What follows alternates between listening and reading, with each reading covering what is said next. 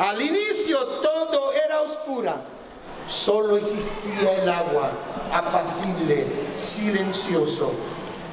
No había sol, no había luna, no había estrellas.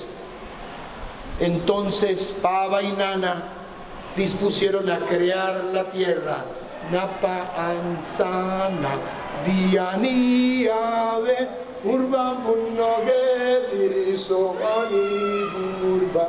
Tierra mi cuerpo, agua mi sangre, aire mi aliento, fuego mi espíritu. Está el tiempo otra vez de volver al origen, porque nos hemos olvidado del origen. Nadie habla del vientre. Yo tengo que estar vacío para escuchar al otro. ¿Para qué? Para que pueda ser llenado mi cuerpo, mi espíritu por el otro. Y entonces el poder ahí no nos sirve. No se puede escuchar desde el poder al otro. Como le digo a la gente, no trabajando, sino haciendo un proyecto de vida, ¿sí? Con la sabiduría ancestral. Así, con mezquindad, se somete a los pueblos a la dependencia de las limosnas, con los subsidios y las ayudas, y se convierte a la gente en creyente del dinero como único Dios verdadero. Último paso para el exterminio cultural. Esto comenzó, se unieron espermatozoide y el óvulo, comenzaron a lanzar a nivel espiral, produciendo miles y miles de colores, y a medida que se calentaba esas dos semillas, comenzaron a formar un órgano, un ser maravilloso, y ese ser es el agua. Porque los que gobiernan sin amor. Entonces, ¿qué podemos esperar de los grandes políticos si no tienen amor? Se construyen políticas para extraer, políticas para dañar la tierra, políticas para matar. Yo vengo de Urabá. Tenemos 10.000 hectáreas a la orilla del mar. Mi territorio, nuestro territorio, está lleno de oro y de carbón. Y Santos ya lo vendió a Corea del Sur para la explotación. ¿Por qué? Porque no estamos educados de este lado. Hemos sido educados desde el patriarcado. Hemos sido educados desde el individuo, el ego. ¿Por qué? Porque aquí no llegó ni una sola mujer de España aquí a Colombia. Y si no cambiamos, las cosas van a seguir empeorando. Porque todo es competitividad. En la Universidad de Antioquia nos dijeron, esta pedagogía de la madre tierra que ustedes están planteando, ¿para qué sirve? ¿Dónde está la competitividad? Eso no nos sirve porque no da plata, no da economía. Ustedes los que están adentro, piénsense, con 30 años más, y han tenido la oportunidad histórica de encontrarse, que es el abuelo, la abuela, le va a contar a su futura generación qué hizo durante su vida para dejarle el mundo que esa persona está viviendo.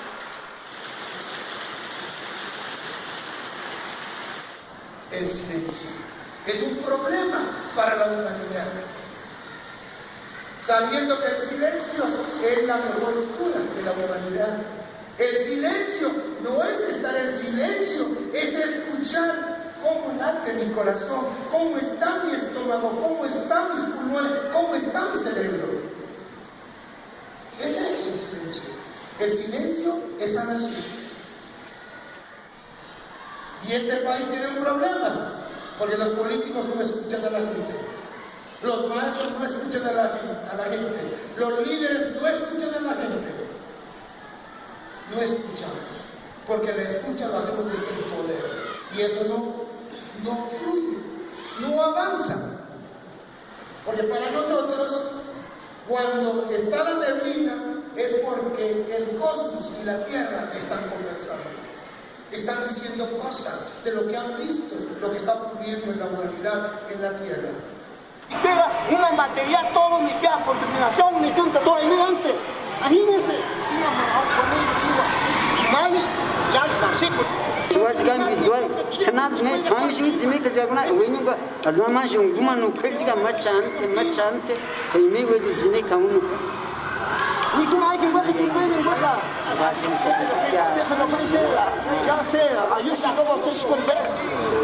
El río Medellín, y no son fotos antiguas, y el río Bogotá, el río Sagrado de los Muiscas, la arteria clave de una de las tierras más fértiles de Colombia, la matamos, cero vida, hoy en día es una alcantarilla, un río sagrado, una de las venas de la tierra volvimos una alcantarilla, es como coger una de las arterias principales del planeta de nosotros y volverla una alcantarilla. ¿Cómo vamos a poder vivir así? Estaremos muriéndonos, eso le está pasando a la tierra, porque eso estamos haciendo con su sistema.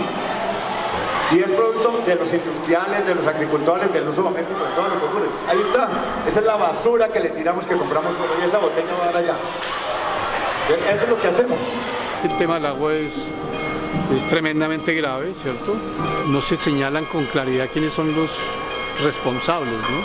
Pero hay una retórica de que el agua es un asunto de todos y que todos debemos cuidarla, ¿no? Y nos responsabilizan a los consumidores o a los ciudadanos cuando quienes tienen realmente la responsabilidad del desastre son las multinacionales, son ciertos intereses poderosos económicos de los gobiernos, etcétera, y eso se desdibuja.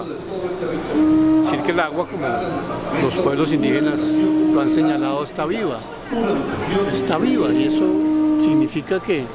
significa un cambio de percepción tremendo sobre el agua, sobre los elementos de la naturaleza en general, pero el agua tiene espíritu, el agua es buena y mala también, ¿no? Según el pensamiento arhuaca, es positiva y negativa, ¿no? El agua es la madre, sin el agua no seríamos quienes somos, ¿no? O sea, no solamente acciones donde nos latiguemos porque somos los responsables, sino de hacer prácticas y acciones que vayan en contra de quienes realmente están atentando contra ella, ¿no? Para reclamar ese derecho que nos pertenece, porque es nuestro primer territorio, porque es nuestra primera escuela. Ahí está la sabiduría de nosotros. Todo lo que hoy somos, nuestras enfermedades, nuestra manera de ser, nuestra visión, todo está explicado en estos seres, en la placenta, en el cordón umbilical. Ahí está explicado. Todo acto que podamos hacer hoy en adelante, primero sea el centro, la tierra. Estamos hablando Madre Tierra como el gran pedagoga. Y a mí me parece que la gran pedagoga son las mujeres, no los hombres, porque nosotros no sabemos del amor. Nosotros no sabemos cómo es sentir 9 meses a un ser humano en nuestro vientre. Está el mundo al revés. Primero tengo que valorar a la madre, a la mujer que está a mi lado, en mi casa. Pero estos que están en el Ministerio de Educación, que están gobernando, son los que tienen los mejores títulos, son doctores, pero no saben del amor, porque nunca lo han experimentado. Yo casi no me gradúo en la Universidad de Antioquia, porque yo opté, yo no voy a leer libros. Yo tenía 300 casetes de los abuelos y las abuelas que había grabado. Y yo dije, si yo leo los libros, no tengo tiempo para escuchar a los abuelos y a las abuelas. Y dije, yo quiero escuchar a las abuelas y a los abuelos. Y un jurado dijo, esto no está dentro de la categoría para que tengas tu grado. Porque tu pueblo no pertenece a esa categoría de investigación. Porque el libro que usted va a sacar tiene que haber bibliografías. Y lo que yo puse es cassette 1, cassette 2, cassette 3, cassette 4. Y mira cómo es la importancia del agua. De la oscuridad viene el agua. En el principio creó Dios los cielos y la tierra. Y la tierra estaba sin orden y vacía. Había tinieblas sobre la faz del océano y el Espíritu de Dios se movía sobre la faz de las aguas. Entonces dijo Dios, hágase la luz, y la luz fue hecha. Todo estaba en suspenso, todo en calma, en silencio, todo inmóvil, callado, y vacía la extensión del cielo, y en calma, y el cielo y la extensión. Solo el Creador y el Formador, los progenitores, estaban en el agua, rodeados de claridad. Y a los expertos y todo eso, entonces es como mostrar que ya el ciudadano tiene que empezar a hablar de estos temas, tiene que informarse, ¿cierto? Esa es como la invitación. Ya el cine no es, digamos, con su aparato lo importante, sino un contacto, un diálogo con las realidades sociales. Por el principio mismo de la memoria y del dolor que produce la injusticia. No es fácil hablar del olvido o del perdón. A la luz y la sombra de los hechos vividos en los últimos años, en el último tiempo, y diría en toda la larga historia de la América Latina. Más allá de las afirmaciones de buena voluntad, se sabe que nadie olvida ni perdona nada, y lo que es peor, se sobrevive durmiendo con un ojo abierto para siempre. Pudieran algunos pensar que las sociedades puedan despertar de la noche a la mañana limpias de remordimientos o rencores, como para aceptar que las pesadillas fueron solo eso, y no la pesada carga de realidades que dejaron heridas abiertas que no paran de sangrar. Yo solamente he sido un instrumento necesario, hoy necesario que somos los cineastas. ¿Por qué filma usted? Y Miguel Litín dice: al comienzo fue para mí la fascinación de la infancia.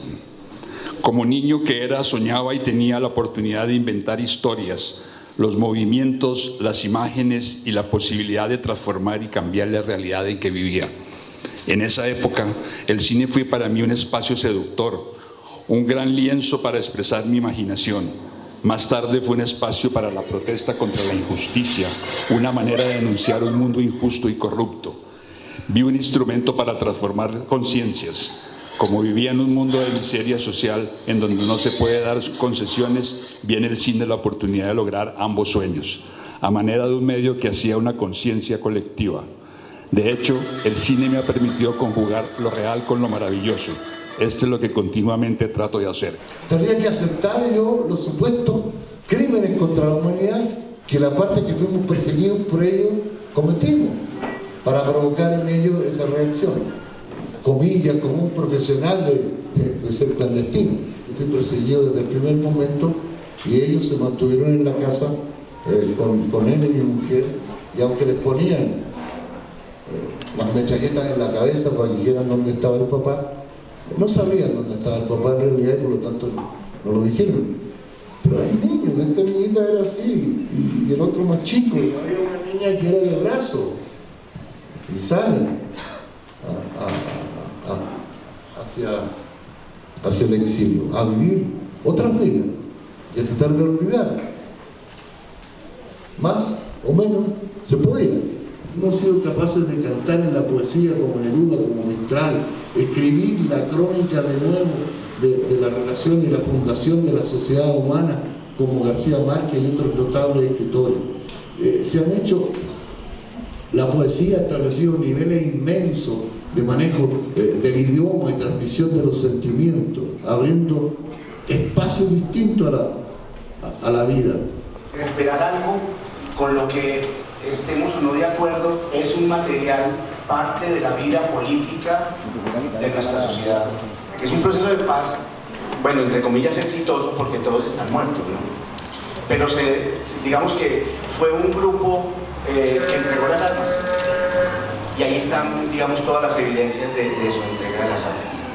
Una enorme inconformidad ciudadana contra la corrupción y de repudio contra los magnicidios que se habían producido en los años anteriores, condujeron finalmente el acuerdo que dio lugar a la expedición de la Constitución de 1991. Que hay muchas formas de paz y que la paz es un inmenso campo de acción desde la acción política, desde la investigación, desde el conocimiento, pero sobre todo también desde la transformación cultural, para desmontarnos de violencias, de esquemas violentos en los que hemos crecido para intentar de ser de otra manera. Yo creo que la gran importancia en una cátedra de paz es esa, es recordar qué nos pasó, qué le pasó a la familia. La memoria nos tiene que servir es para que sea transformadora, para que sea creativa y sobre todo para romper el miedo, porque es que el miedo mata el talento y una sociedad con miedo es una sociedad poco creativa. Lo más importante en la construcción audiovisual es romper el miedo, destruir el miedo. La paz, la justicia social, el beneficio del pueblo, eso es lo que nosotros nos interesa. Terminemos el proceso de la paz, firmemos la paz entre el pueblo y el gobierno. Tenemos que hacerlo. Yo creo que las condiciones para eso. Llevamos tiempo.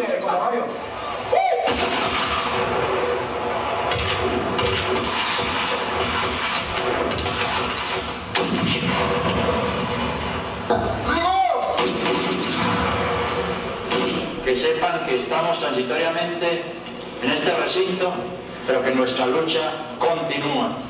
Declaración conjunta del Gobierno Nacional y el Movimiento 19 de abril M19. Convocamos a todos los grupos alzados en armas y a toda la nación a aportar de manera decidida sus esfuerzos para el logro de la paz. ¡La paz! ¡Dejad armas!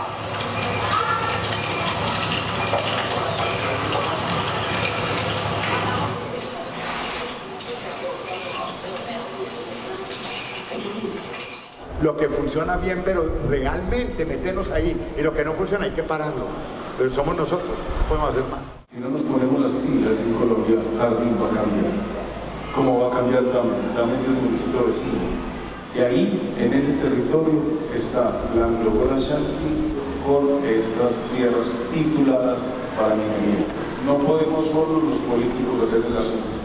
Si nos dejan a los montañeros de Támesis, a los montañeros de Jardín solos y a los montañeros de Jericó solos, este paisaje creo que en 15 años no van a haber unos festivales de cine. El sistema industrial actual también inviable. Miren el problema en que estamos. La alimentación inviable, todo se nos volvió inviable. Por un problema de que tenemos tan corto tiempo por el agua, inviable. Esto hay que renovarlo inmediatamente. ¿Qué no saben los gobiernos del mundo? Todos le dicen, ¿a qué le estamos apostando?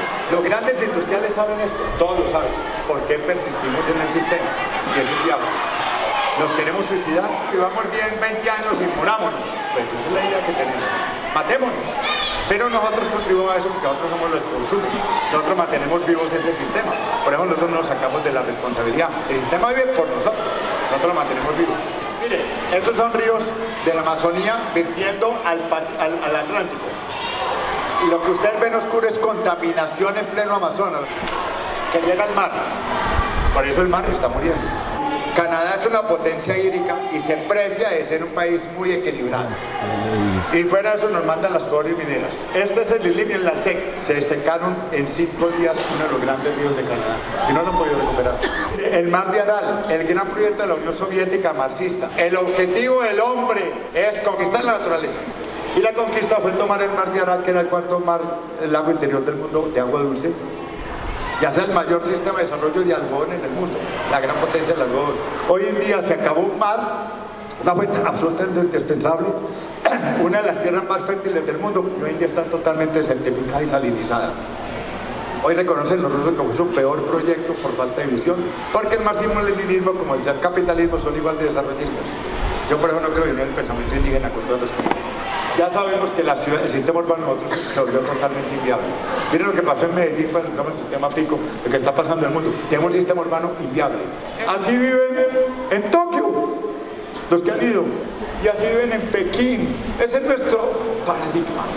4.000 millones de gente va a estar en alto estrés hídrico. Todo lo que ustedes ven negro, no van a tener el mínimo vital de agua, no van a tener los 3.000 litros, imposible. Al 2025, a 7 años. Por eso en Norteamérica están sus coletazos, o cambia o están sus coletazos finales, por problemas simplemente de desarrollo de energía disponible. No hay. No hay agua para sacar ya el fracking, se lo tragaron ya, ni para sacar los minerales, ni para producir lo que quieren producir, con todo el perdón de Trump. Pueden volver a procesar Estados Unidos, pero ¿con qué van a mover la energía? No la tienen. El 60% de las especies animales y el 50% de las especies vegetales en crisis. ¿Cómo podemos vivir en un mundo que no tenga eso? Debemos estar en un SOS mundial tan fuerte que vamos a estar en otro momento aquí, haciendo otra cosa. 10 toneladas de cianuro por día, una mina grande de megaminería de las que tienen Colombia y nos quieren hacer. Un anillo de oro equivale a 18 toneladas de desechos, un anillo de oro. Entonces, vale la pena que compremos anillos de oro. Entonces nosotros somos corresponsables de eso. Para mí la paz no existe. ¿Por qué está pasando eso? La explicación que yo tengo es que la educación no nos ha servido. El culpable son las iglesias, porque si la educación estuviera bien, si las iglesias estuvieran bien, hoy no habría ni un solo muerto de mujeres. No hubiéramos nacido hoy sin violar a una niña. ¿Cuántas niñas se violan todos los días? ¿Cuántas mujeres se matan todos los días en este país? O sea que somos un país enfermo. La revista Semana publicó y puso un artículo grande, dice, ¿en qué momento perdimos la ética? Yo me reía por dentro y decía, pero es que nunca ha existido la ética en este país. Porque todo nos ha enseñado simplemente que el ser es el más importante, el ego. Partamos de allí. Los sistemas de radar del mundo, entre ellos la NASA, descubrió unas aglomeraciones en el Pacífico. Continentes de basura apelmazada, de químicos y basura, casi tan grande como Sudamérica. Y esa es la madre de las aguas, el líquido uterino de nosotros. Con eso estamos resonando como líquido uterino. El día que no tengamos líquido uterino nos morimos. Que nuestros actos no carecen de valor, que nuestros actos no carecen de responsabilidad, que nuestros actos no carecen de condiciones objetivas medibles previamente del entorno que me hacen pensar que lo que voy a hacer es posible, es bueno, es malo, es bello, es feo, es verdadero, es justo o es injusto. De ninguna manera puede haber una política del perdón. De ninguna manera puede sustituirse justicia por perdón.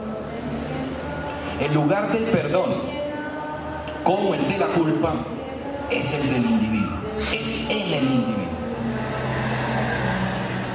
¿Qué individuo? Por supuesto, aquel que ha padecido un daño, aquel que ha padecido un mal, aquel en quien han depositado un acto, aquel que puede señalar la culpa, aquel que conoce a su victimario, aquel que ha sido víctima, que es víctima, aquel que alberga además todo aquello que se produce en el individuo, en el sujeto, en medio de las ruinas del daño padecido, del daño sufrido.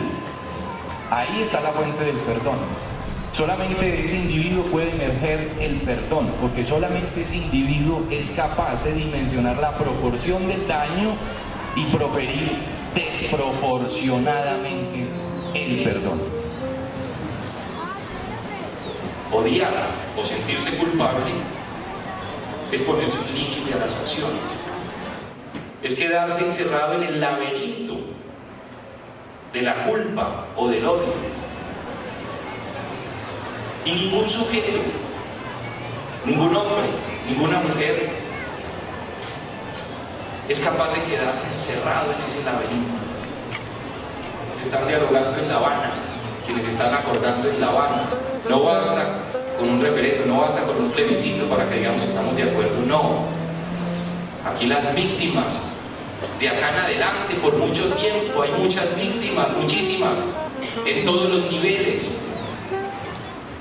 Deben hablar con los victimarios, ni siquiera con el culpable en la cárcel, ni siquiera así lo maten. De ese modo no, nadie va a resucitar a mis muertos. Muchos discursos lo que pueden seguir alimentando es el odio, y discursos de derecha y discursos de izquierda. No podemos hablar solamente de perdón, pero cuando en el discurso lo que hacemos es justificar lo injustificable. Ninguna lucha armada es tolerable ni justificable. Así sea legal, que es otra dimensión, no es justificable.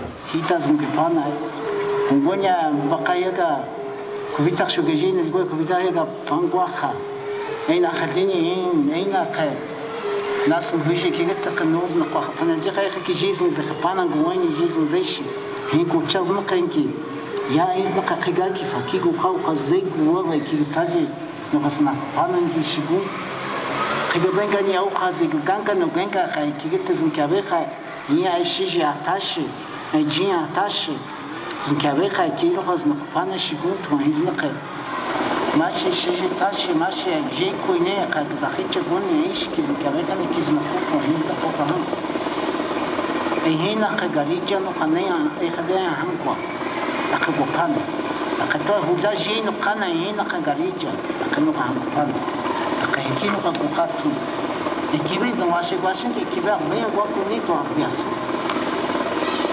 وبقسين مينو كان توتي ama achite tonga jini sakia vai ai hati zan chuja ku chazna kaya nas ye ka kai ndito hanchi zan de gaksa wa winki hati ku zan chwa ku cha inki sakino ka kwazi khane ai au khashki ban ai au kha jigahan ko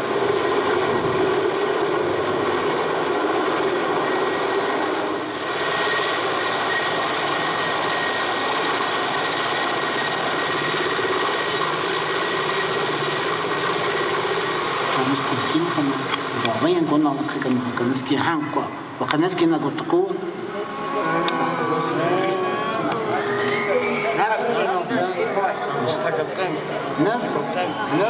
que en realidad en el fondo no deja de ser parecida a la actitud de los grandes políticos o de los militares o de los jefes paramilitares o incluso de los narcotraficantes, que tienen como esa actitud y esa soberbia que les da el poder, que de alguna manera les gusta tomar las decisiones por encima de la gente. Es una manera de sugerir donde el miedo está implícito y decir que no es poner su vida en riesgo, que fue lo que le pasó a este señor. Es decir, en el año 80, 84, decir que había que dejar las armas, eso no solamente para nosotros, sino en los imaginarios que había, eso no era posible.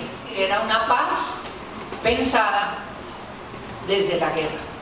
Y a reconocer que en este país no solamente había guerrilla, paras, narcotráfico, Estado, es decir, una guerra cruzada, que en últimas a quién estaba afectando, a la población civil. Son el 90% de los muertos. Los guerreros por lo general no se mueren. Toda la gente, los grandes líderes que han matado en este país, de alguna manera ya tenían un público enorme que los seguía, y digamos que su sacrificio, como el de Galán o el de Bernardo Jaramillo, pues de todas maneras ellos estaban dando un mensaje muy importante y a mucha gente era: uno tiene que seguir luchando por lo que cree, así corran los peligros que corran y así pase lo que pase.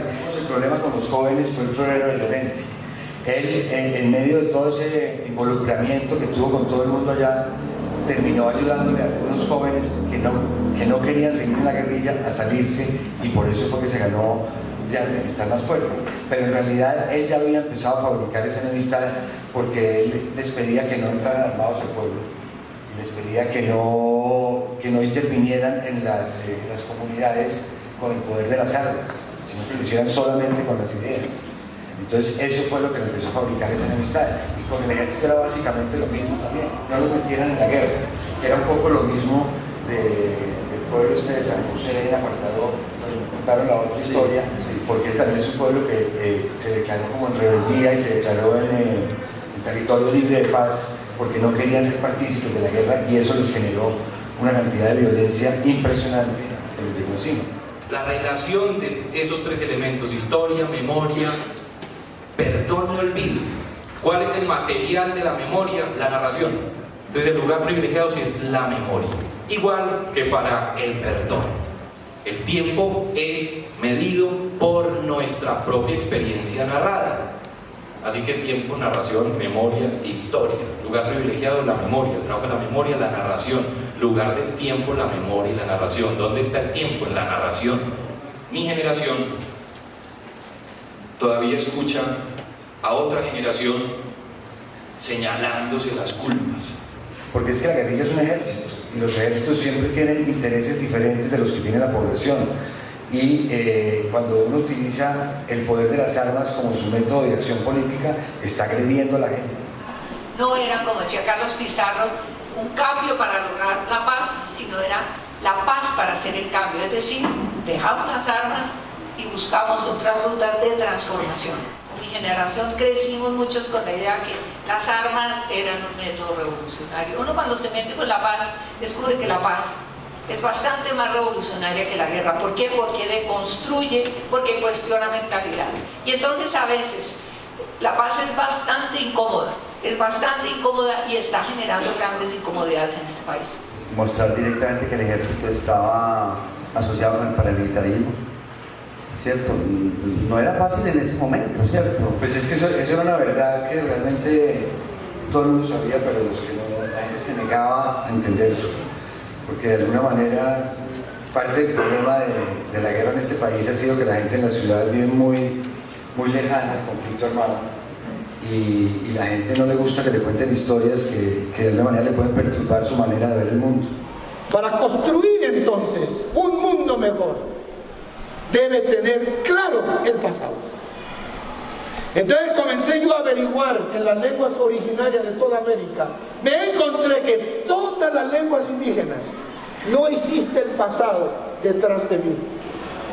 El pasado yo lo veo, lo siento, lo experimento.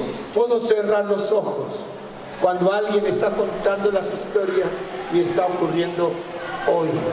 No es pasado. Y cuando se formó el agua en esos dos, semilla del hombre y semilla de la mujer, apareció el agua, porque es el conjunto del agua, es la síntesis del agua, porque la mujer es agua, el hombre es agua. Entre los dos hacemos más agua. ¿Por qué no nos lo muestran? Porque hay un interés, eso del agua viva, del problema de salud pública por el agua potable, eso no lo dejan ver porque no conviene. No lo quieren dejar ver, pero el problema está ahí, que es el mismo problema de todo el circuito ya perturbado en su totalidad, que es lo grave. ¿Qué tipo de gobernantes allá arriba pueden pensar en eso, hermano? ¿Cuáles son los intereses detrás de este cuento? Ya tienen el 40% de suministros del agua en el mundo, las grandes transnacionales. No saben qué hacen, ni qué van a hacer con nosotros, o qué vamos a hacer nosotros para ir con ellos. Ojo a eso, no van a privatizar el agua y que nos la cobren como quieran, o que no nos la entreguen. Perdimos la visión de la relación con el agua y con la naturaleza, la perdimos. ¿Quiénes la conservan? Con todo respeto a los pueblos originarios. El agua es parte de nosotros, no podemos dejar que la privaticen, que alguien diga el agua es mía, pistola. El agua es de la humanidad, el agua es humanidad, no es de la humanidad, es humanidad. Lo que opinan los hidrólogos es que el sistema venoso de la Tierra es igual al nuestro, estamos totalmente interconectados. Y de la sangre comenzó también a hervirse por el fuego, y de la sangre apareció el corazón. Y yo vi en el centro del corazón, como una filigrana, comenzó a aparecer todo el baile de la espiral. Yo soy una espiral porque el feto fue una espiral. Mi ADN es espiral. Mis huellas digitales es espiral. Todo el tiempo somos espirales. Nos enseñan que somos el tiempo lineal. El tiempo que no cabe el pasado. El tiempo que no cabe la originalidad. El tiempo que no cabe lo ancestral. Por eso que mucha gente de aquí se avergüenza de ser indígena, de llevar la sangre indígena. Es la vergüenza. Entonces, ¿cómo vamos a tener un país que podamos amar a la tierra si tenemos vergüenza de nosotros mismos? Ahí debe comenzar nuestra propia educación. Vamos al sur, el color amarillo. Vuelve otra vez a explicar sobre el agua. Es el sostén de la madre tierra. El cosmos y la tierra se unen. Es lo que los abuelos, las abuelas han explicado. Nosotros mismos somos curadores. En mi cuerpo está la sanación, porque todos somos de la gran familia que estoy hablando. Somos de la humanidad. Y van a pensar que están dentro del vientre de su madre, porque ahí nadamos, en esa agua del origen. Ahí es el origen de nuestros males. Porque la relación con nuestras madres no lo tenemos bien. Yo tengo un problema, yo tengo azúcar en la sangre. ¿Sabe por qué? Porque mi madre muere en mi parto. Y además yo siento que yo soy el culpable de la muerte de mi madre. Y en esos días vi a mi madre en un ritual del fuego maya. Apareció mi madre. Y me dice, ya es tiempo que te cures, porque tú no eres el culpable de mi muerte. Una de las grandes enseñanzas del abuelo Yagé que yo he estado es que nos dicen lo primero que tienen que saber es su origen. Es lo que estamos tratando de hacer. Entonces la madre tierra nos va a decir, sigan sacando el oro, sigan sacando el petróleo, sigan sacando eso y mueran en seco. O paren en seco para que tengan que beber, aunque sabe bien asquerosidades, pero beban alguna agüita y paren el proceso, nos va a obligar porque no hayamos ganado más cosas. Entonces la naturaleza nos va a obligar a cambiar. La madre es sabia, nos va a mandar todo ese programa a la basura, porque no lo podemos sostener la naturaleza. Este fenómeno integrado puede tener otras causas como los desastres naturales o disposiciones político-económicas. Para estos casos, una nueva tierra de asentamiento, un nuevo hábitat, pero al mismo tiempo el desplazamiento de la significación territorial, de arraigo y la necesidad de construir nuevas significaciones. El desplazamiento también puede darse dentro de la misma tierra, pues es un desplazamiento de la relación territorial que un grupo humano ha establecido con su entorno. La transitoriedad constituye un fenómeno contemporáneo en las formas de hábitat, sobre todo en las grandes ciudades. De las nuevas concepciones urbanas de la casa quedan excluidas labores de crianza y la relación de ancestralidad se delegan a otras territorialidades, a la escuela, al grupo externo, a la ciudad misma. La transitoriedad responde a una dinámica pública inscrita en la civilidad, la ciudadanía y la vida económica. La significación territorial se aleja alegóricamente en el cuerpo y en las relaciones más privadas, pero también adquiere la condición de no lugar o de permanente transitoriedad. Un territorio conquistado bajo la idea de un nuevo mundo integra tanto el porvenir como la superposición, pero por la transformación o exclusión de los significados territoriales de arraigo que ejerce un poder de facto superior, militar y económico. Se relata precisamente la lucha de la comunidad del resguardo indígena Cocoluco en el Cauca para recuperar la tierra habitada. La tierra no es solo un pedazo de loma, sino que como vivimos en ella, como gozamos o sufrimos con ella, es la raíz de la vida. Entonces la defendemos como la raíz de nuestra cultura. La tierra es la madre, la tierra es la raíz de nuestra cultura. Ello implica una recuperación crítica del pasado y una reconstrucción cultural del futuro. La lucha por esa construcción y apropiación territorial sigue integrada al hombre que es materialmente desarraigado. Él lleva su territorio con él, su pertenencia y su sentir, en la que a pesar del despojo material, los habitantes llevan consigo los valores construidos en ese lugar, sus íconos, sus relaciones, aquello que los dota de sentido. No obstante, el desarraigo es la acción de mutilar la pertenencia y el pasado, pero sobre todo de mutilar y olvidar el porvenir. Es un asunto paradójico, pero si el porvenir está en el arraigo,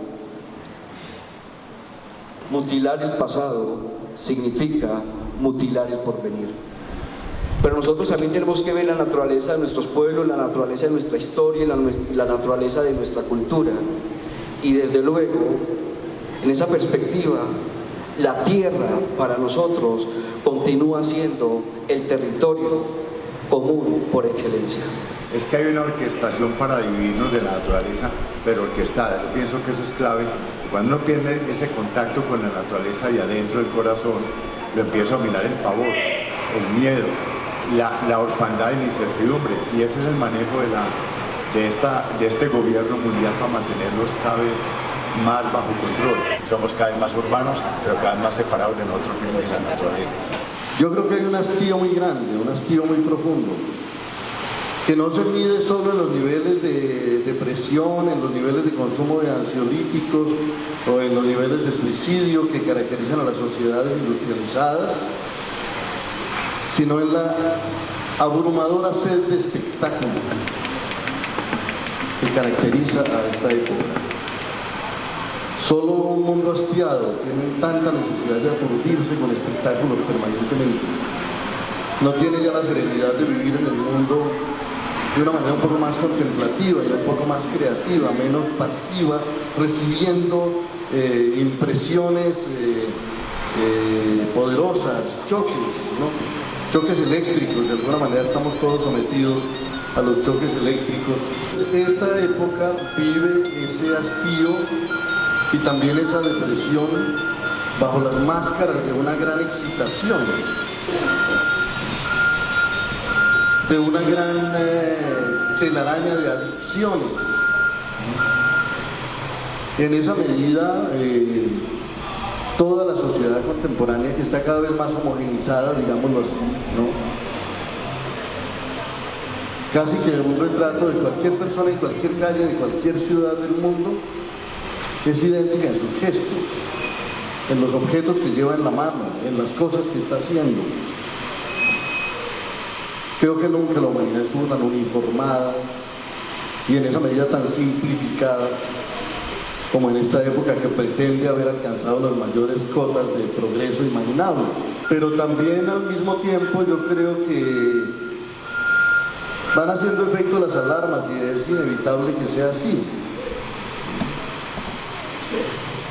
La humanidad no solo vive esas cosas, sino que también las percibe y también reacciona.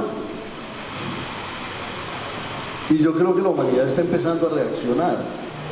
No sabemos si va a reaccionar con la suficiente rapidez y a tiempo, porque los males avanzan a un ritmo incontenible. Y toda la gran pregunta que tenemos hoy por hacernos es si la conciencia humana llegará antes que la catástrofe, ¿no? Y no solo la conciencia, sino la capacidad de reaccionar, la capacidad de responder. No queremos ser uno con el todo, y como es una minoría, una élite mundial la que toma las determinaciones, no crees que estamos abocados a una autodestrucción.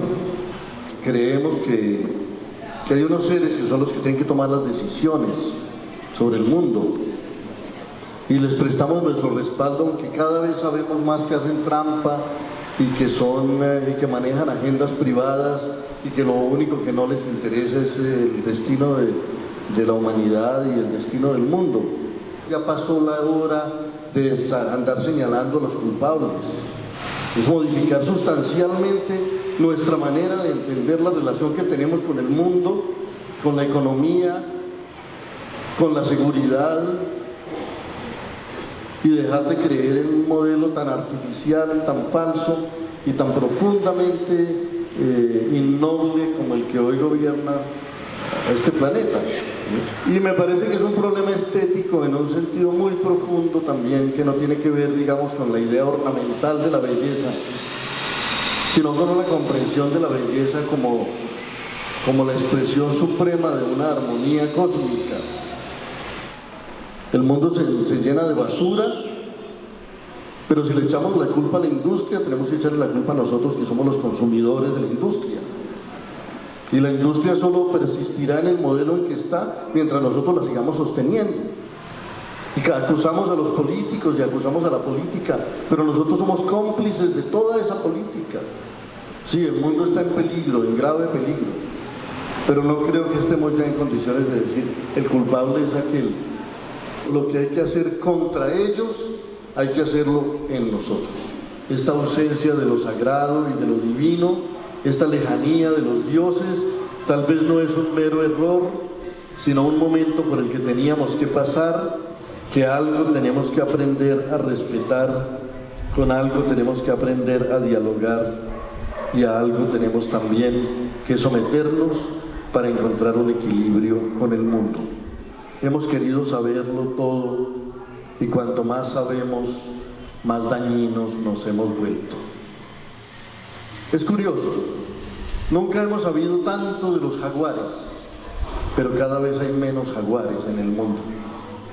Nunca hemos sabido tanto del mundo, pero cada vez el mundo está más en peligro.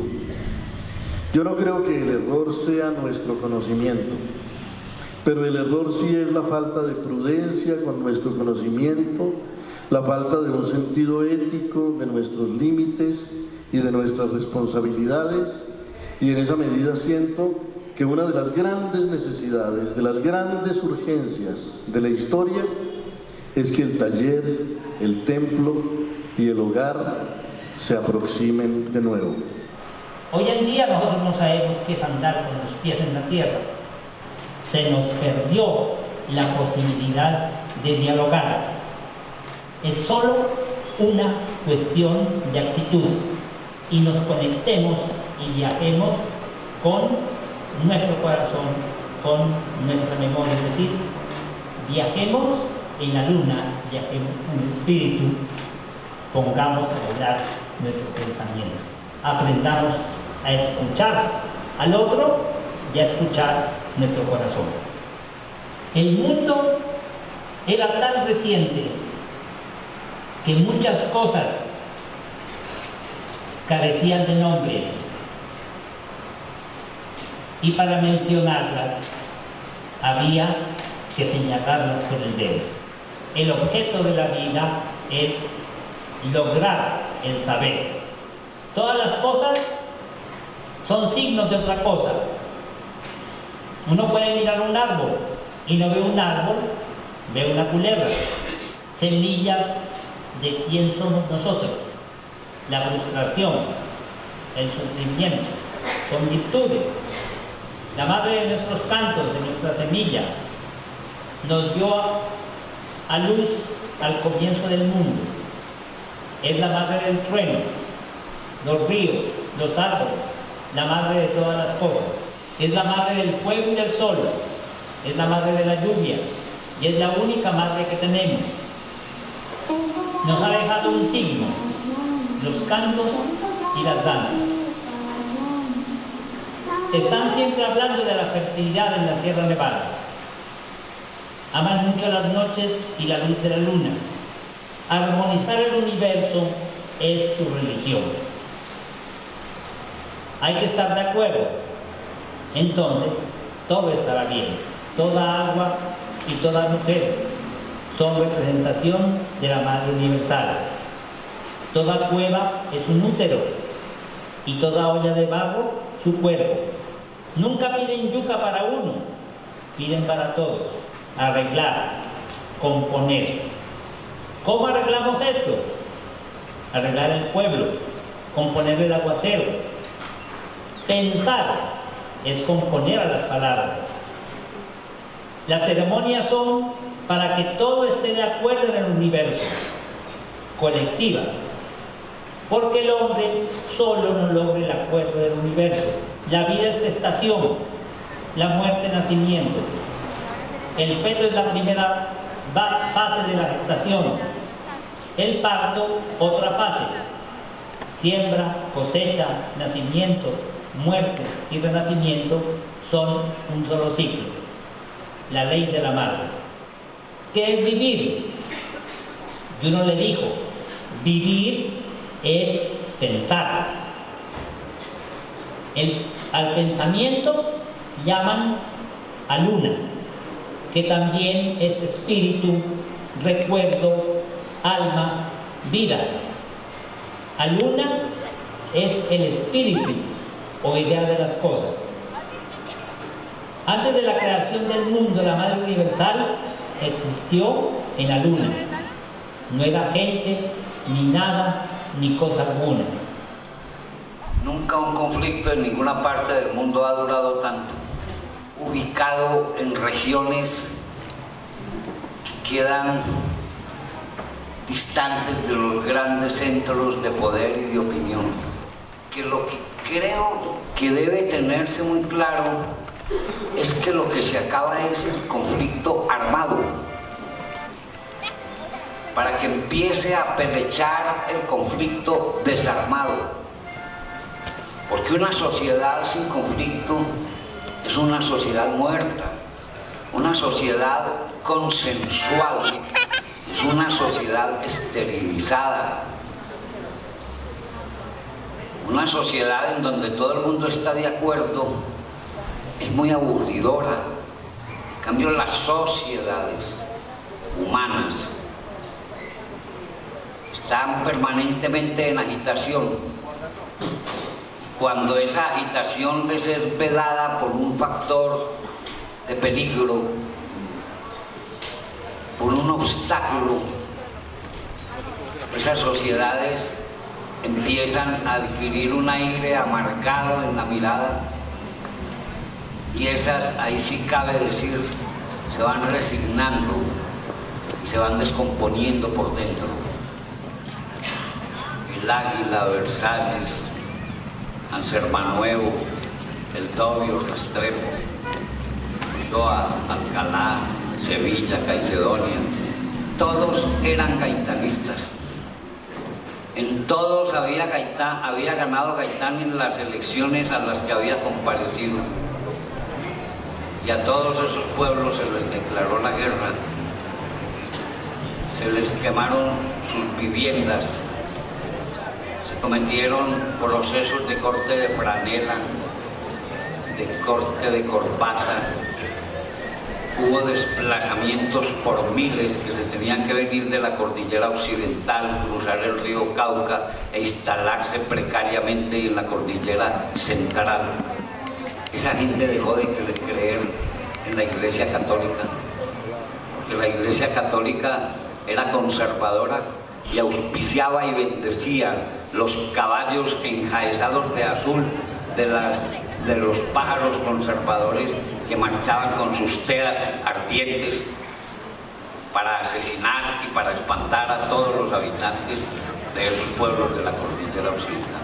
A grandes momentos del arte como respuesta espiritual, artística, creativa, en todas las artes, la pintura, la literatura, el cine, el teatro, etc. A grandes momentos de derrota del ser humano. Se vuelven como inspiradores de las grandes proezas de la creación artística. Me estoy preguntando qué va a pasar, o qué está comenzando a pasar desde hace una semana, cuando está firmado un acuerdo de paz entre dos fuerzas beligerantes que son las FARC y el gobierno. Los colombianos no se han dado cuenta de eso. Como que no se han dado cuenta para qué sirve la paz, con qué se come, qué se hace con ella. En las ciudades por lo menos no. Pero yo sí pienso que en los pueblos, y yo hablo porque yo soy de provincia. Yo soy de una región. No que me quiero imaginar lo que es un pueblo, que me ha tocado verlo en una violencia perpetua. ¿Qué va a pasar cuando esté sin violencia? Se ha victimizado a muchos pelados porque bailan de tal forma, o porque son homosexuales, o porque hablan muy raro. Yo creo que la paz es eso, que aprendamos a discutir que eso no se puede hacer, que eso no se hace. Personalmente manifiesto mi absoluta expectativa por lo que a partir de la fecha empiece a ser el cine colombiano, pero agregando un componente que no estaba previsto en el libreto de la historia del arte ni de Colombia ni de ningún otro país. Y es que hoy en día, si hay acaso aquí 90 o 100 personas, hay 90 o 100 cámaras, celulares, y todo el mundo tiene un instrumento accesible en su bolsillo para registrar escenas en movimiento. Si hay un terremoto, si ocurre una irregularidad, si un par de personas empiezan a darse aquí pescozones, si un taxista, que además ya los taxistas no sacan la cruceta, sacan en una cámara. Usted me está agrediendo a mí, señor policía. El policía lo ataca con otra cámara. Es que usted pasó el semáforo en rojo. Estamos en una nueva Colombia. Esto está lleno de directores de cine. Y creo que eso es muy importante. En el año 2000 fueron asesinados 5 niños que iban a la escuela en la mañana por parte de las fuerzas militares, porque pensaron que eran guerrilleros, dicen ellos, los que los mataron. Les dispararon desde una mata de montaña cuando salían por un camino los niños de una escuela.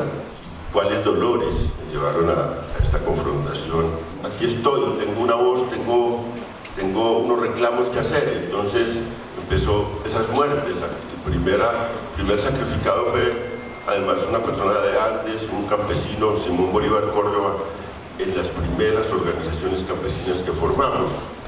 Y luego este abogado Aníbal Tascón, que pues era una excepción en ese tiempo, ya un indígena que había podido estudiar Derecho y que regresaba a su comunidad a dar las primeras peleas por un resguardo y a dar las primeras peleas por la tierra de los indígenas en toda esta zona, por darle voz a esas comunidades que luego han tenido su reivindicación. Hubo un pico también de dolor impresionante cuando muere un gobernador Guillermo Gaviria, que la dirigencia antioqueña que él conocía tanto hubiera decidido poner los huevos en dos canastos, decía él, uno en el canasto de la legalidad, pero otro en el de la ilegalidad, y que estuviera apoyando tan a fondo, decía él, fuerzas paramilitares, la élite antioqueña, no cualquiera, la élite antioqueña. Alguien dice, pero bueno, qué insensatez la guerra. Claro que es una insensatez enorme, pero ante acontecimientos como esos, uno siempre piensa si la lucha armada, el enfrentarse con fusiles al Estado o a los que matan o a los que agreden, tiene algún sentido y algún valor. Y eso es muy fuerte para un ser humano, porque no hay decisión más importante en la vida de un ser humano. La decisión reina es: ¿arriesgo mi vida? Y estoy también dispuesto a cegarla de otros por alguna idea, por alguna convicción. Porque por más de 50 años miles y miles de colombianos, de hombres y mujeres, han decidido arriesgar su vida a conciencia, porque todos nos matamos durante tantos años, de arriba, de abajo y del lado, en una guerra que tuvo mucho de vertical por la confrontación con el Estado, pero también de horizontal por confrontaciones entre todos nosotros, y son cosas que tenemos que mirar. La reconciliación, somos capaces de recibir a los diferentes, somos capaces de encontrar un camino para meterlos en la vida civil, para que ellos jueguen un papel. Esa revolución determinante en el vínculo entre la guerra y la tierra. La tierra es del que la trabaja, comenzó a ser asesinada. Y ese es realmente el comienzo de la violencia. Ese es el comienzo. Esa mayoría tenía que ser descontada, y iba a ser descontada con el terror, con la intimidación, los cuentos de las atrocidades que hacía el ejército. De ahí nacen las primeras guerrillas liberales, lo que se llamó el Bloque Sur. Del Bloque Sur sale Marulanda. Por lo tanto, se desata un anticomunismo en toda América Latina, furioso, que tenía, digamos, o sea, la política norteamericana lo que trató de hacer era impedir que América Latina siguiera el ejemplo de Cuba. Y para eso utilizó dos armas. Una, la Alianza para el Progreso, cuya pieza capital fue la reforma agraria, que era una confesión de que la cuestión agraria tenía un gran vínculo esencial, digámoslo así, con los levantamientos armados. Había que resolver ese problema, y esa fue, digamos, una de las tesis centrales de la Alianza para el Progreso, de la política de Kennedy, de la política de Alberto Villegas. Pero la otra fue un fortalecimiento de la doctrina de la seguridad nacional. La doctrina de la seguridad nacional es sencillísima: ya no hay problemas, no hay peligro de una guerra exterior. El problema, el enemigo está ahí adentro. Entonces, este era el panorama que existía en los años 60. Esa doctrina, la reforma agraria iniciándose, la doctrina de la seguridad nacional, y un espíritu revolucionario que recorrió toda América Latina, y que en Colombia tuvo apoyo no solamente en las FARC, el desarrollo en las FARC, sino también en el ELN. El Frente Nacional, lo que fue en realidad fue un pacto entre los dos partidos para terminar la violencia.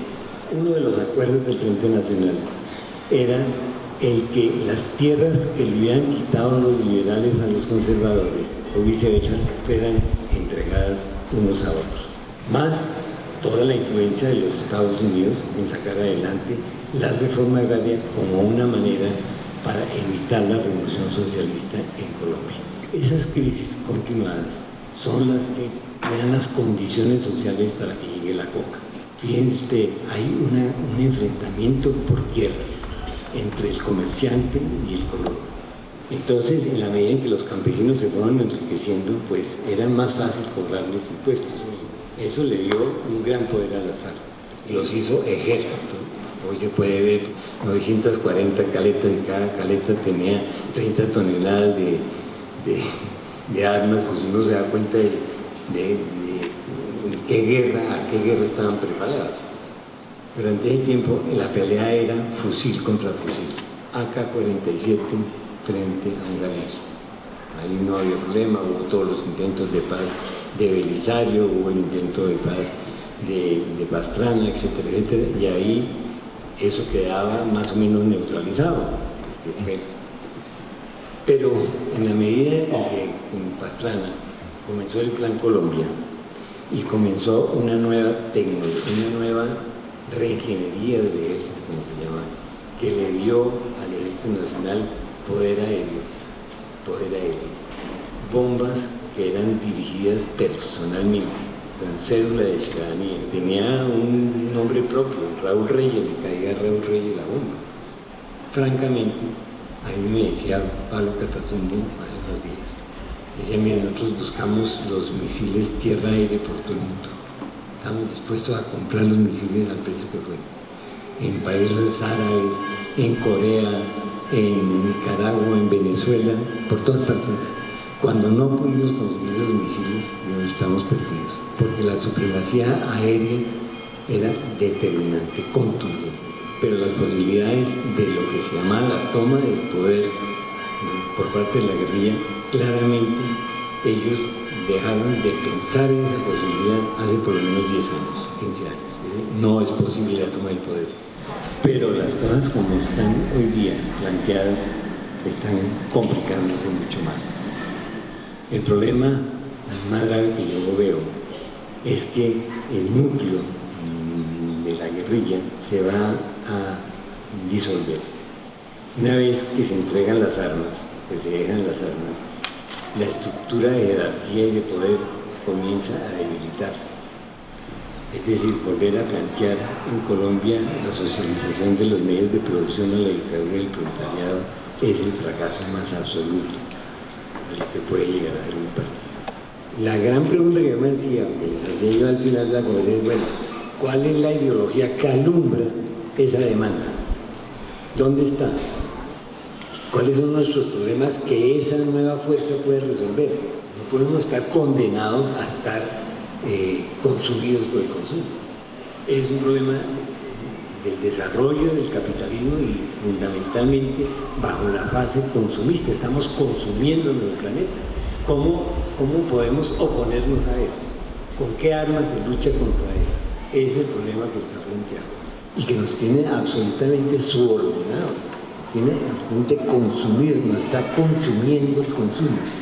La bandera de la guerra contra el narcotráfico es una bandera que tiene una dirección política y que ha sustituido la bandera del anticomunismo. Eso es claro. ¿Esa guerra qué sentido tiene? Soy un anarquista. El país ha cambiado, tenemos que empezar a pensar muchas cosas y estoy seguro que lo están ustedes recibiendo todo lo que tenemos que entender, todo lo que tenemos que tener claro, todas las tareas que tenemos que hacer. María, muchas gracias por todo. El problema de la guerra y de la paz en Colombia no es un problema entre la guerrilla y el ejército. El problema de la paz en Colombia o de la guerra es un problema entre el pueblo y el gobierno, es un problema de la nación entera. El Movimiento 19 de Abril M19 es una organización nacionalista, democrática y revolucionaria. Confiamos en ustedes, confiamos en nosotros mismos, confiamos en Colombia. Muchas gracias.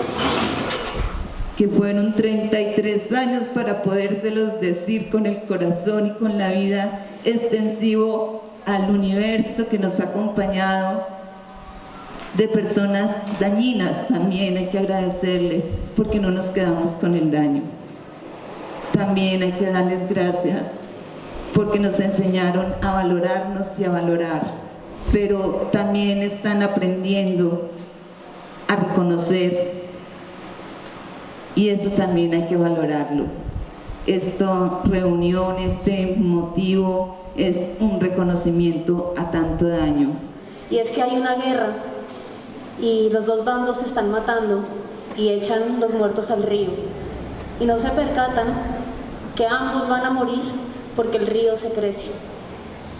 Mi pregunta es si en este momento de posconflicto usted cree que haya la posibilidad de dejar de mirar la guerra para empezar a mirar la creciente que estamos haciendo. ¿Sí me explico?